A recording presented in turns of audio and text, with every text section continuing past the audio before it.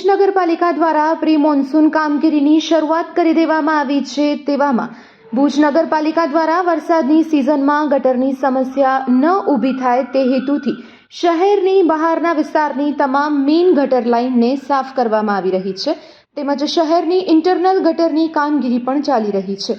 અત્યાર સુધીમાં શહેરની મેઇન ગટર લાઇનમાં 90% કામગીરી પૂર્ણ થઈ ચૂકી છે।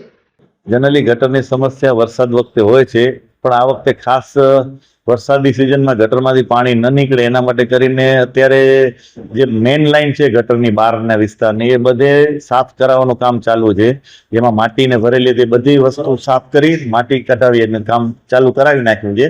બહારના વિસ્તારની મેઇન લાઇનોની ગટર સાફ થઈ ગયા બાદમાં ઇન્ટરનલ જે ગટર છે એની પણ સફાઈની કામગીરી અત્યારે ચાલુ છે।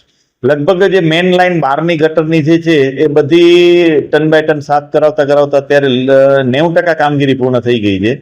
અંદરના વિસ્તારોની જે છે કદાચ ક્યાંક ગટરનો બેસી ગયાનો પ્રોબ્લેમ છે એનો થોડોક બાકી રાખીને બીજા બધા વિસ્તારોને 1-2 દિવસમાં કામ ચાલુ થઈ જશે માટી કાઢવાનું।